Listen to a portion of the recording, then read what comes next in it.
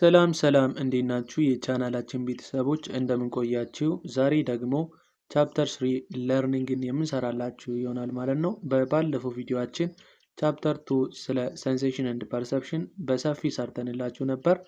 ስለዚህ አሁን ይሄ የቀጣዩ ቻፕተር 3 ፓርት ይሆናል ማለት ነው። ለቻናላችን አዲስ የሆናችሁ ቻናላችንን ሰብስክራይብ በማድረግ ጀምሩ። እንዲሁም ቪዲዮቻችን ከተመቻችሁ ላይክ፣ ሼር እና ኮፒ ሊንክ ማድረግ እንዳይረሳ።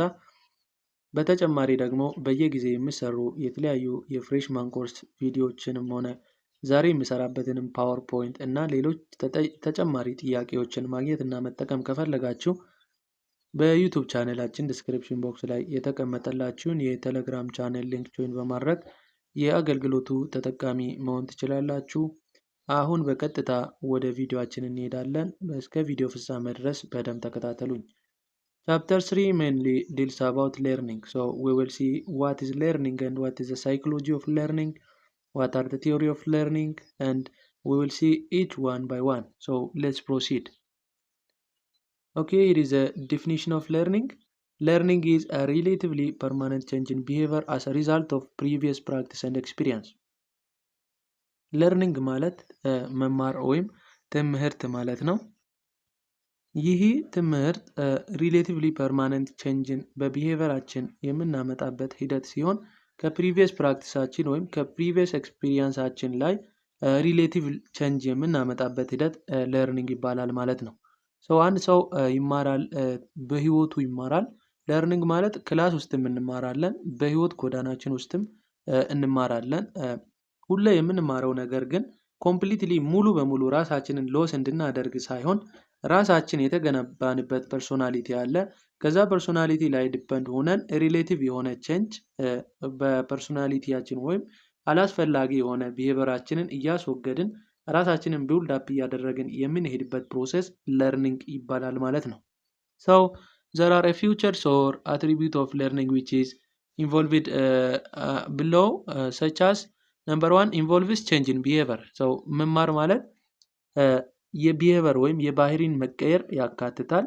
ሁለተኛው is relatively permanent። ያ ለርኒንግን ስናይ ሪሌቲቭሊ ፐርማነንት ቼንጅ ነው፣ ኮምፕሊትሊ ፐርማነንት አይደለም። ምክንያቱም ከፕሪቪየስ ኤክስፒሪየንሳችን ወይም ከፕሪቪየስ ፕራክቲሳችን የማንፈልገውን ነገር ብቻ ሼፕ እያደረግን የምንሄድበት ፕሮሰስ ስለሆነ ፐርማነንትሊ ራሳችንን ሎስት የምናደርግበት ፕሮሰስ ለርኒንግ ሊባል አይችልም ማለት ነው። Number 3 change due to maturation, illness or use of drug are not considered learning. change due to maturation ማለት አንድ ሰው ያድጋል፣ በእድገት ውስጥ ማቹር ሆኖ ቢሄቪየራል ቼንጅ የሚያመጣ ከሆነ ያ ለርኒንግ ሊባል አይችልም። ኢልነስ ራሱ በበሽታ ምክንያት ለምሳሌ በዲምኔዥያ በአይምሮ በሽታ ምክንያት ሰዎች እንደገና ፐርሶናሊቲያቸውን ያጡና እንደገና እንትን ቢያደርጉ ሌላ ሰው ሆኖ ቢወጡ ያም ለርኒንግ ሊባል አይችልም። ድራግ ተጠቅመው ቢሄቪየራቸውን ቢቀይሩም this is not learning, categorized under learning. And learning cannot be observed directly and learning is based on practice. So these all are the feature or attribute of learning. And here is a principle of learning. learning የራሱ የሆነ ፕሪንሲፕል አለው። ከስር የተዘረዘሩትን የምናይ ይሆናል። people learn best when they are physical, mental and emotionally ready to learn. ይሄ ፕሪንሲፕል health status of learnerን የሚያሳይ ሲሆን health condition of learner በጣም ዌል ከሆነ ፊዚካሊ፣ ሜንታሊ እና ኢሞሽናሊ ዌል ከሆነ ያ ለርነር best to learn or best learner ሊባል ይችላል ማለት ነው። ሁለተኛው ደግሞ learning occur best when there is meaningful practice and exercise. ለርኒንግን የምናጎለብተው ወይም መማርን የምናጎለብተው ሁሌ በዕለት ተዕለት ላይፋችን ላይ ኤክስፒሪየንስ እና ፕራክቲስ ወይም ኤክሰርሳይዝ ሲኖረን በለርኒንጋችንን ቤስት ልናደርገው እንችላለን ማለት ነው።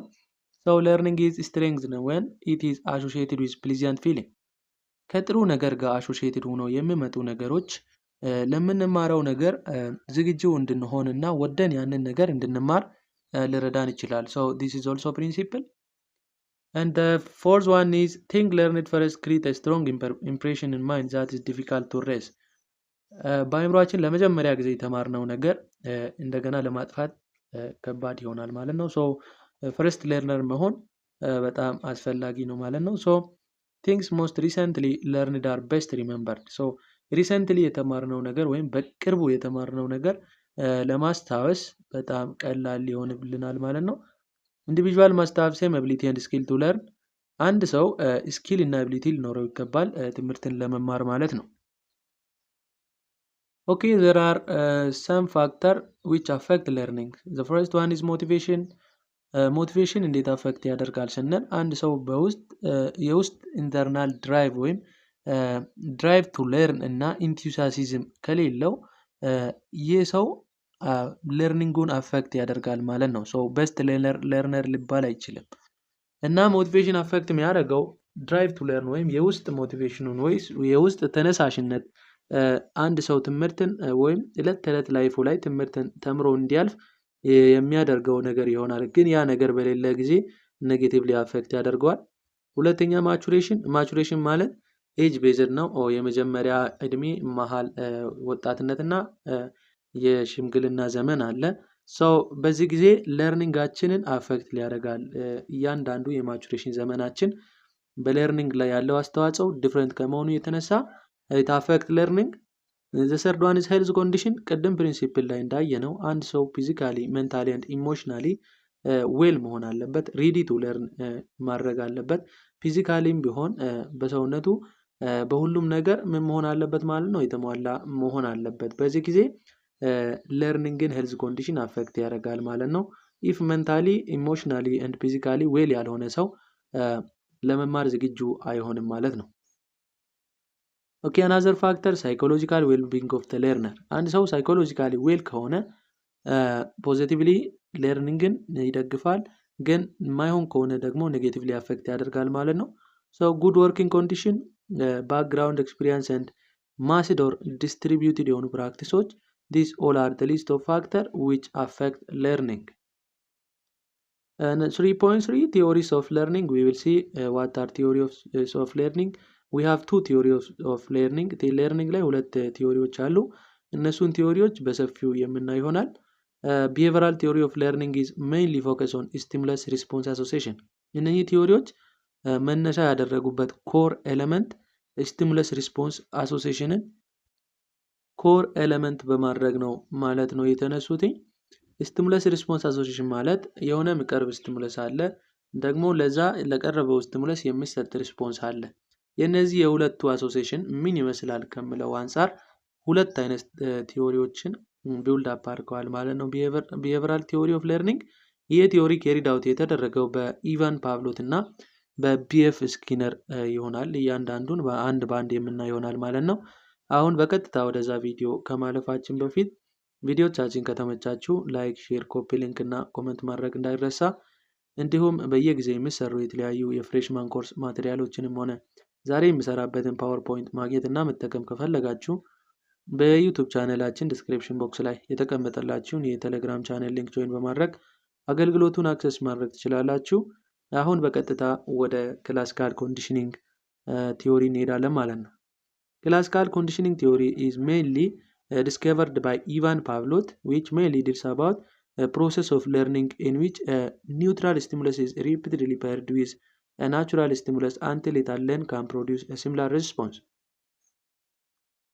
ክላሲካል ኮንዲሽኒንግ ማለት በኢቫን ፓቭሎቭ ዲስከቨር የተደረገ ቲዮሪ ሲሆን ይሄ ቲዮሪ ኒውትራል ስቲሙለስ አለ። ይሄ ኒውትራል ስቲሙለስ ከናቹራል ስቲሙለስ ጋር ፔርድ ሆኖ በተደጋጋሚ ይደረግና ይሄ ኒውትራል ስቲሙለስ ብቻውን ቆሞ ሪስፖንስ መስጠት እስኪችል ድረስ የሚደረግ ፕሮሰስ እና ብቻውን ቆሞ ሪስፖንስ ከሰጠ በኋላ ያለውን ፕሮሰስ ሁሉ ክላሲካል ኮንዲሽኒንግ ውስጥ የሚመደብ ቲዮሪ ነው ማለት ነው። So here is the graphical representation of the experiment before conditioning, during conditioning እና after conditioning ተብሎ ለሶስት የሚከፈል ሪፕሬዘንቴሽን አለ። so ይሄ ፓቭሎቭ ኤክስፐሪመንት ባዮሎጂ ናቹራል ሳይንስ የሆናችሁ ተማሪዎች በባዮሎጂ ማወቅ ትችላላችሁ። ሜንሊ ይሄ ኤክስፐሪመንት የተሰራው ውሻ ላይ ነው። ኢቫን ፓቭሎቭ የሰራው ውሻውን ደወል በማስለመድ ለደወሉ ሳልቬት እንዲያደርግ ማስቻል ነው ዋና አላማው ማለት ነው። ይህን አላማ ይዞ ወይም ይህን ግብ ይዞ ኤክስፐሪመንቱን ካሪ አውት አድርጓል ማለት ነው። ካሪ አውት ያደረገበት ፕሮሰስ እንዴት ነው? መጀመሪያ ቢፎር ኮንዲሽኒንግ ላይ ባዶ ደወል ብደወል ውሻው ለዛ ሪስፖንስ የለውም። ግን ናቹራል ስቲሙለስ አለ ወይም አንኮንዲሽንድ ስቲሙለስ ምግብ አለ። ምግብ ለውሻው ሲሰጠው ወይም ሲያሳየው ስጋ ሲያሳየው ሳልቬት ያደርጋል ማለት ነው። ሶ አንኮንዲሽንድ ሪስፖንሱ ሳልቬሽን ሆኗል። ግን ዱሪንግ ኮንዲሽን ጊዜ ኒውትራል ስቲሙለስን እና አንኮንዲሽንድ ስቲሙለስን አንድ ላይ ሁለቱን በአንድ ላይ እኩል በማምጣት ደወል ይደውላል፣ ስጋውንም ያመጣል። በዛ ጊዜ ውሻውን ሳልቬት ማድረግ ይጀምራል ማለት ነው።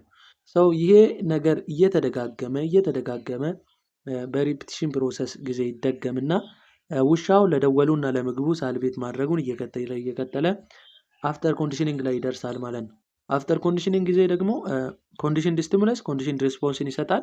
ኮንዲሽንድ ስቲሙለስ የተባለው ደወሉ ነው። ያለ ምግብ ደወሉ ሲደወል ውሻው ለባዶ ደወል ሳልቬት ማድረግ ይጀምራል ማለት ነው። So this whole process is an experiment which is mainly classical conditioning theory, which is discovered by Ivan Pavlov. So we will see what is neutral stimulus, what is unconditioned stimulus and what is conditioned stimulus የሚሉ ነገሮችን የምናይ ይሆናል። Okay, neutral stimulus ማለት it is refers to a stimulus which has no capacity to produce a certain response initially, but which can produce the same natural reflex when it associated with another natural stimulus.